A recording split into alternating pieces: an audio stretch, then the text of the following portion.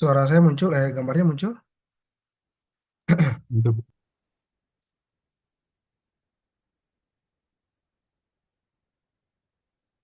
Ya, Assalamualaikum warahmatullahi wabarakatuh.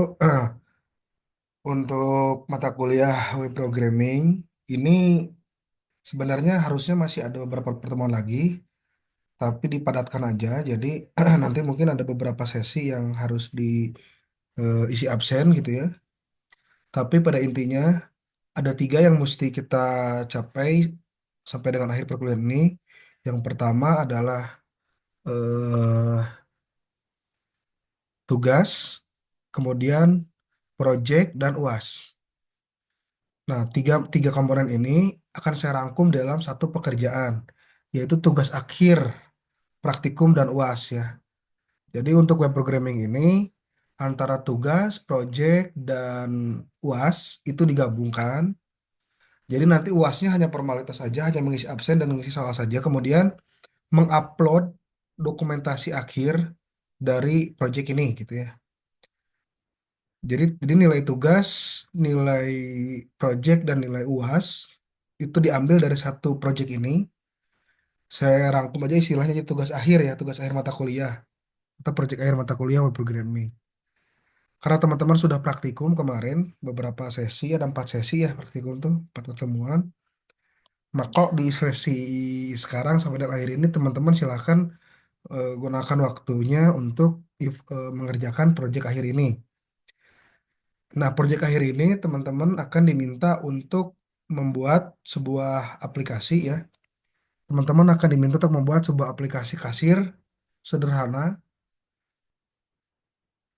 Tujuan yang pertama adalah mampu menganalisa proses bisnis sederhana yang akan dibangun dalam hal ini adalah aplikasi kasir sederhana. Membuat tabel-tabel untuk database-nya. Mungkin karena teman-teman juga sudah dapat mata kuliah database ya. Kemudian membuat source code-nya tentunya dituangkan dalam bentuk source code. Membuat tampilan aplikasi web yang cantik ya, cantik atau menarik. Kemudian bekerja secara kelompok, maksimal 3 orang per kelompok. Nah, kalau di sini ada 9 orang, saya kalau misalnya gini ya, kelas yang kalau misalnya per 3 orang 3 orang kan, kalau jumlah akhirnya ada satu kelompok yang kurang dari 3, maka disebar aja. Jadi ada beberapa kelompok yang 4 orang. Misal jumlah mahasiswa ada 9, itu pas ya kalau 9 itu pas 3 3 3. Ternyata misalnya 8 misalnya.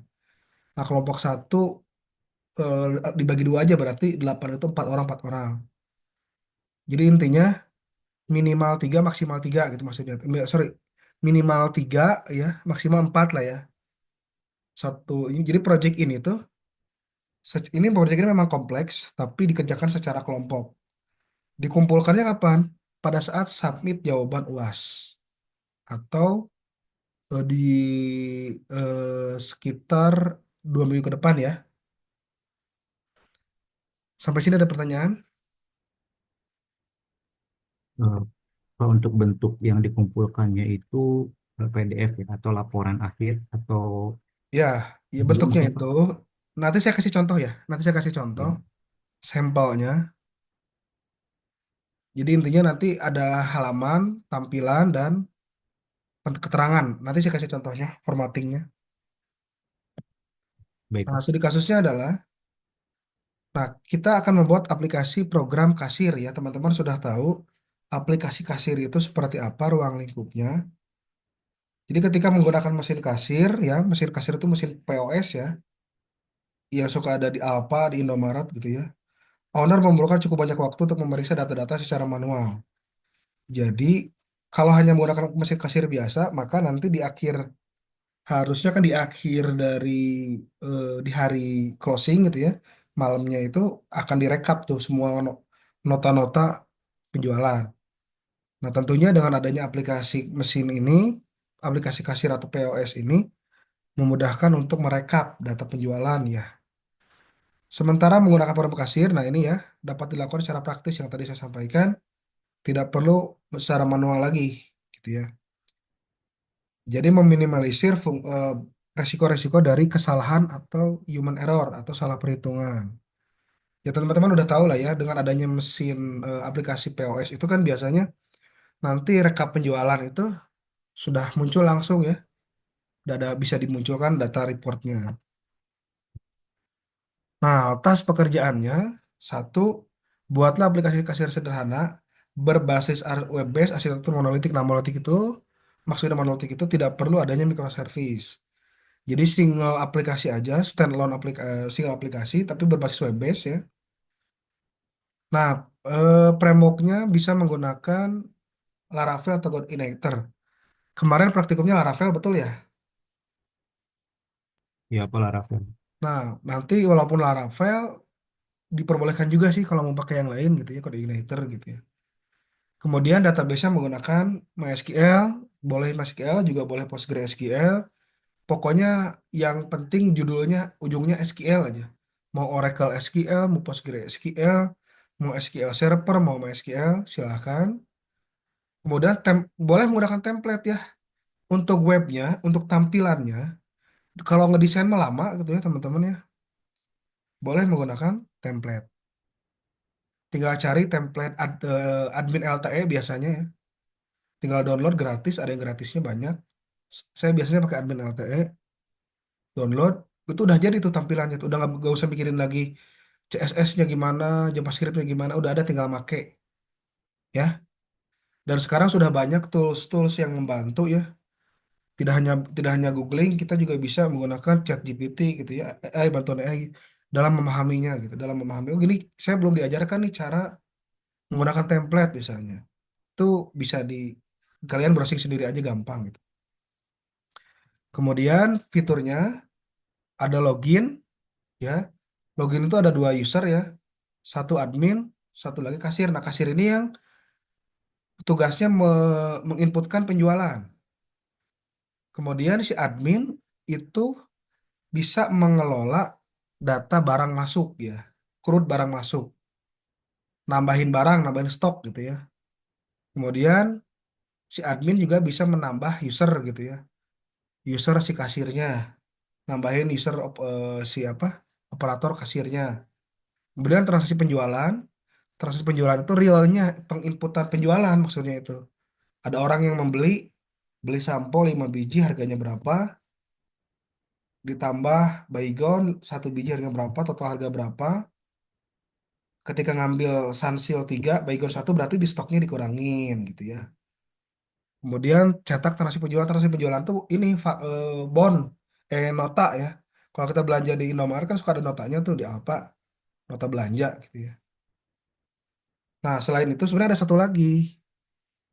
Jadi kita bisa merekap semua hasil belanja ya di dalam satu hari itu atau di dalam satu bulan itu total belanja itu apa aja, berapa nominalnya, berapa angkanya gitu aja sih.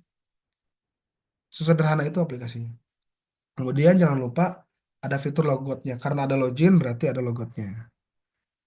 Memang di praktikum kita nggak ngajarin pembuatan session ya, tapi kalian silakan aja explore sendiri. Seingat saya, explore pembuatan laporan, pembuatan laporan, login dan penggunaan template itu memang tidak diajarkan di praktikum, tapi teman-teman bisa mengeksplor sendiri ya. Sampai sini ada pertanyaan? Tidak, Pak. Oke. Nah, tampilan. Seperti ini tampilannya. Biasalah ya, login mah gini lah. Oh, Pak, saya mau nambahin captcha, mah enggak. Oh, Pak, saya mau nambahin tombol forgot password atau reset password, mah enggak. Minimal gini. Ini tuh minimal ya. Username, password, login. Ini web ya, maksudnya bukan desktop. Nah, area user, nah sebelah kiri itu kalau secara HTML tuh tampilannya tuh ada dua.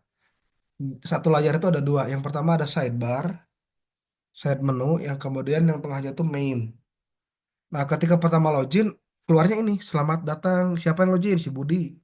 Selamat datang Budi. Ada data barang, ada data user, ada transaksi, ada laporan, bla bla bla bla bla bla. Seperti itu. Tapi ketika berhasil login itu tidak ada tampilan apa-apa selain selamat datang. Pak, saya mau nambahin misalnya apa gitu informasi apa mangga atau pengumuman boleh mangga. Yang penting minimalnya seperti ini. Nah, ada ketentuannya. Ketika admin itu yang muncul semuanya, ya. Sorry, ketika admin itu yang muncul hanya data barang, data user dan laporan. Laporan tuh laporan tuh apa maksudnya? Laporan itu rekap belanja ya. Nanti nanti ada di slide berikutnya. Nah, ketika login sebagai kasir, maka yang muncul hanya tampilan transaksi aja. Jadi dia nggak si kasir itu nggak bisa ngapa-ngapain atau si operator itu nggak bisa ngapa-ngapain selain dia input penjualan. Transaksi itu maksudnya penjualan. Nah, ini contohnya data barang. Data barang siapa yang menginput? Admin ya. Ini stock of name lah istilahnya tuh. Minimal itu bisa ditampilkan kode barang, nama barang, harga, actionnya itu ada ubah, ada hapus. Kalau mau nambah ada tombol tambah. Nah, minimal segitu. Pak, saya mau sampai pencarian, mangga. Lebih bagus. Mau sampai pencarian ya misalnya gitu. Apakah mau menggunakan data table? Data table itu biasanya bentuknya JavaScript, JS, AJAX, dan sejenisnya ya. Atau menggunakan HTML, PHP klasik, mangga. Terserah yang mau menggunakan. Sebenarnya lebih advance lagi di halaman ini kalau barangnya udah banyak itu ada paging ya, ada pagination ya. Halaman satu listnya apa, klik lagi halaman dua next dan seterusnya sampai last page misalnya. Tapi minimal kayak gini lah, minimal muncul data seluruh barang, bisa tambah, bisa hapus, bisa edit. Nah ini contohnya tambah atau ubah. Kalau tambah itu nanti kalau tambah itu seperti ini tampilannya, kosong semua. Kalau ubah itu, kalau ubah itu udah ada isiannya di kolom inputannya itu, kodenya apa, namanya apa, harganya berapa, tinggal bisa dirubah. Jadi sudah ada inputan awal lah kalau kalau ubah atau edit itu. Tapi kalau nambah itu kosongan inputannya seperti ini. Kalau ada pertanyaan langsung aja ya diinterupsi ya. Nah ini kalau gak diwajibkan sih ya, kalau memungkinkan gunakan validasi. Misalnya gini, kode barang sama, nah kode barang sama itu seharusnya ditolak ya, di reject seperti itu. Nah, seperti ini ya. Ini masuk ke tampilan tambah data user. Usernya kita kita persimpel aja. Yang ditambahkan cuman user kasir aja. Admin nggak usah, admin langsung aja di hardcode aja dibuat di database-nya, di tabel usernya. Seperti itu. Nah, sebelum melanjutkan, saya mau menyampaikan sedikit kemungkinan tabel-tabel yang ada itu yang tersedia itu satu yang masternya dulu ya. Tabel master itu ada tabel user, tabel barang. Itu masternya. Transaksinya adalah tabel penjualan aja sebenarnya transaksinya. Jadi sebenarnya minimal tiga tabel udah cukup untuk menyelesaikan semua aplikasi ini. Tabel barang isinya barang dan jumlah stoknya. Kemudian tabel user isinya username, password, nama lengkap, dan seterusnya. Tabel penjualan, transaksi penjualan. Transaksi penjualan itu berarti menghubungkan antara siapa? Tabel barang dan tabel user. Jadi nanti kelihatan setiap kali mau transaksi itu jumlah barangnya berapa, kode barangnya apa, gitu ya. Operatornya siapa, tanggal pembeliannya kapan, jam, menit, dan seterusnya. Itu tabel. Jadi cuma cukup tiga tabel sebenarnya. Minimum banget tiga tabel bisa. Karena ini aplikasi sederhana. Nah, tambah data user seperti ini, tapi kita buat simpel aja. Yang ditambahkan nggak usah ada akses ya, cukup sampai username dan nama aja lah. Oh, pas saya mau nambahin atribut yang lain, saya nambahin jenis kelamin, nomor HP, silakan. Lebih lebih banyak lebih bagus. Nah, transaksi seperti ini. Nah, di transaksi siapa yang melakukan transaksi? Kasir, operator ya.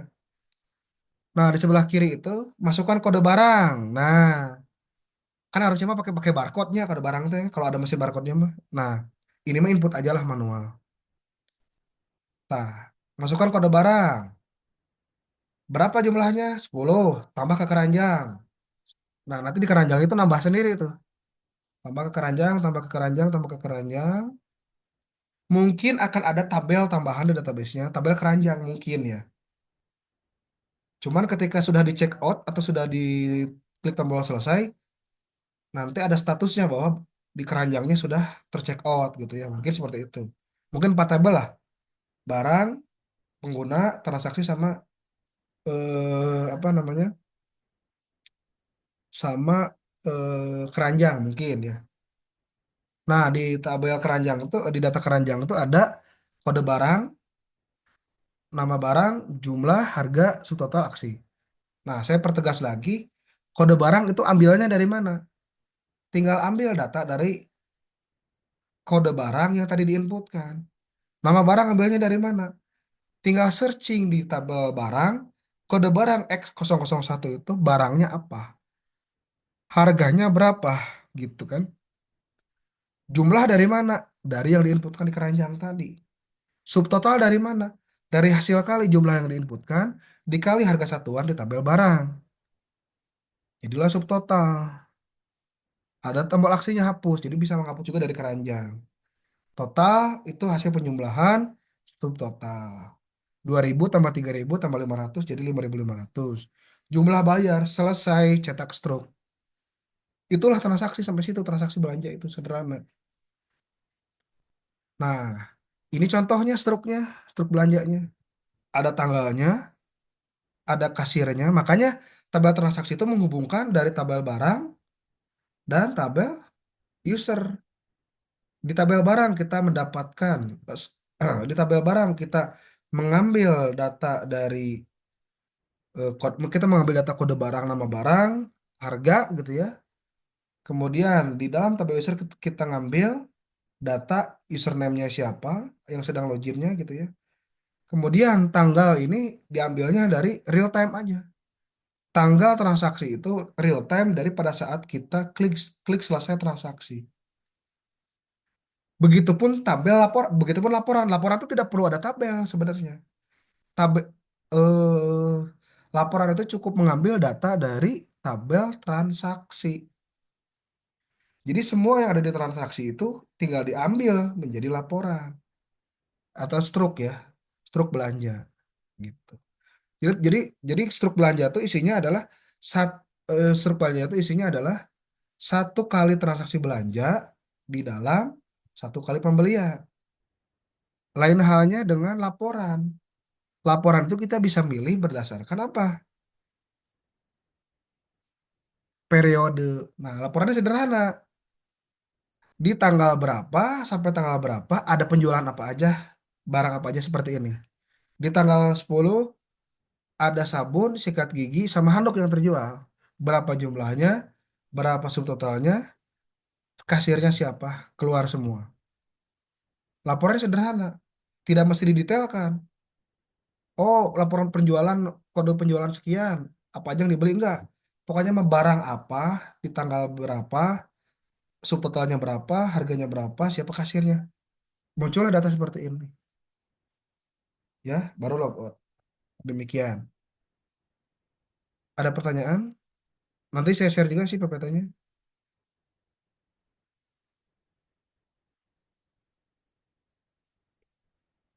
Ada pertanyaan? Halo?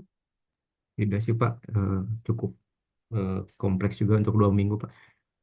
Sebenarnya nggak kompleks sih, karena eh, aplikasi kasir ini tuh adalah soal uji kompetensi web programming SMK RPL sebenarnya tuh. Jadi saya tuh waktu tahun kemarin jadi asesor ini ya uji kompetensi SMK RPL.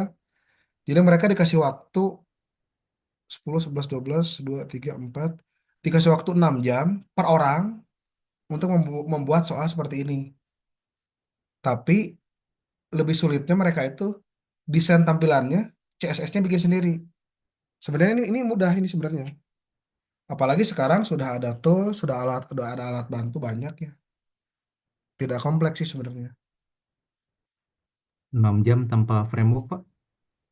Tanpa framework, hmm, Wow, enggak sih harus ada mantap. framework sih. Nggak pakai framework.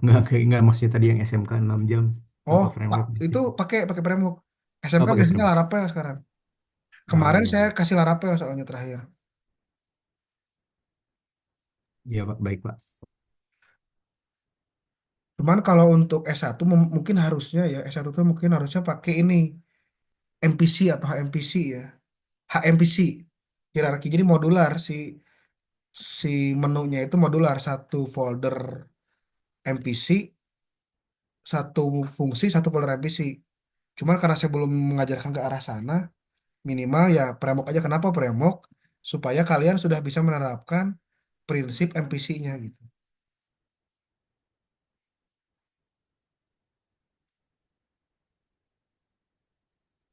Oke, Baik, Pak. mau saya tunjuk atau dibagi sendiri-sendiri? Kalian menentukan. Bebas, Pak. Ditunjuk juga boleh. Nah, udahlah kalian sendiri yang menentukan. Pokoknya besok pagi atau jangan besok nggak apa-apa lah, Senin lah ya. Senin kasih tahu ke saya kelompok satu siapa, kelompok dua siapa dan seterusnya. Sama NPM-nya, NPM sekian namanya siapa, kelompok satu, dua, tiga. Tiga orang itu tugasnya sebenarnya satu bisa jadi gini. Satu fokus ke tampilan, satu fokus ke database, satu ke bikin aplikasi back end-nya gitu. Satu front end tampilan, satu back end processing, satu orang lagi database gitu. Mungkin gitu pembagian tiga orang itu. Tapi terserah mau dibaginya gimana. Yang penting tiga orang. Kalau nggak pas jumlahnya boleh empat orang. Kalau 12 lah 12 jangan dibuat empat. Kalau 12 orang itu berarti kalau 12 orang itu berarti tiga tiga tiga tiga semua. Kalau 11 baru, kalau 13 orang baru ada satu kelompok yang empat orang. Misalnya seperti itu. Jadi silakan berunding. Kalau emang mahasiswanya nggak aktif, jangan dipaksakan untuk ikutan kelompok. Khawatir nanti kasihan ke temennya yang akhirnya jadi kerja sendiri gitu. Kalau emang mahasiswa itu nggak aktif, nggak usah di list gitu. Ya, Kalau baik, merasa Pak. mau aktif, mau ikutan UAS, karena udah pasti kalau nggak ikutan, nggak mengerjakan ini, nilai akhirnya nggak akan muncul, keluarnya E atau D gitu. Nah makanya untuk yang tidak aktif, terutama kelas karyawan, mohon untuk di remind lagi, boleh masuk list gitu ya, tapi istilahnya itu ikut gitu, benar-benar ikut kerja gitu. Kelas karyawan itu kan agak susah kerja kelompoknya. Nanti komitmennya gimana, jum-juman, kelas legor juga sama lah. Sekarang juga kelas legor udah jarang ini kan offline kan. Komitmennya gimana, kerja kelompoknya gimana, apa jum-juman apa gimana, dan seterusnya dan seterusnya. Ada pertanyaan gini, Pak, boleh nggak saya browsing-browsing, Pak? Saya nyari aja source code yang udah jadi. Saya tinggal modifikasi. Silakan aja. Kalau ternyata mau seperti itu silakan. Cuman apa namanya nanti yang rugi diri sendiri karena nggak dapat ilmunya. Karena biasanya mahasiswa itu bisanya karena dipaksa. Kalau dipaksa dikasih deadline sekian, baru mau belajar dan seterusnya. Jadi saya nggak melarang kalau menemukan source code yang udah jadi karena aplikasi kasir ini sederhana banget. Udah banyak yang bikin juga. Kalau ternyata nemu nih, tinggal googling aja kan. Aplikasi aplikasi Laravel mesin kasir. Udah ada tuh udah keluar. Tapi mohon untuk oh iya saya lupa belum belum liatin itu ya contoh laporannya ya. Sorry. Ntar saya nanti share screen ntar ya.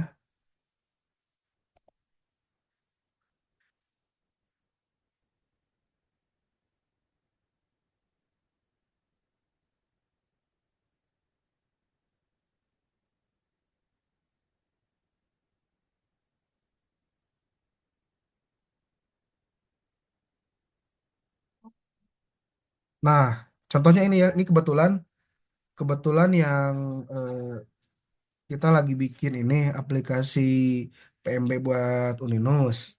Saya sekalian aja lah jadiin contoh di sini. Ini kelihatan nggak share screen-nya? Terlihat, Pak. Kelihatan Pak.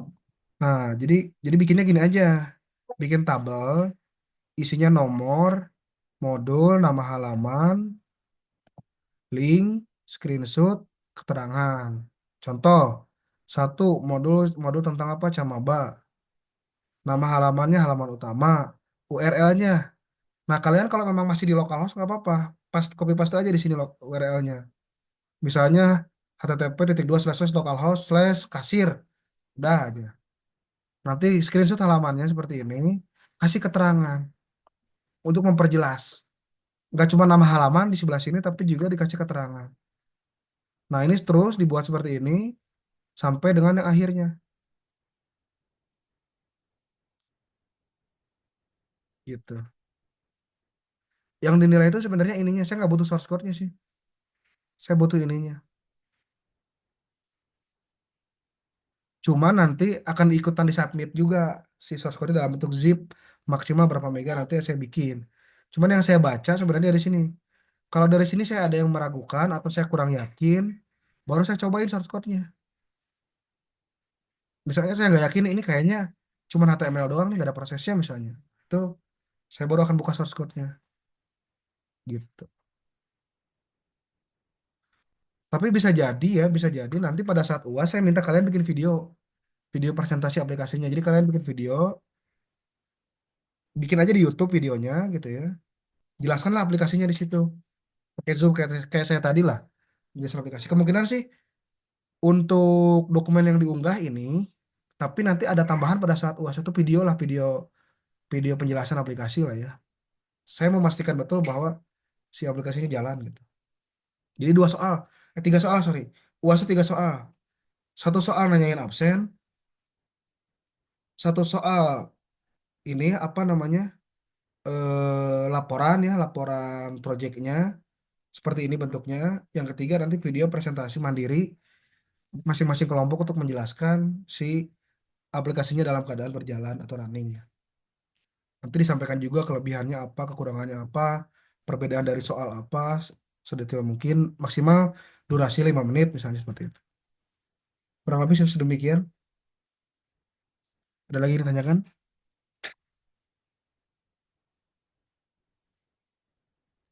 Sudah, Pak.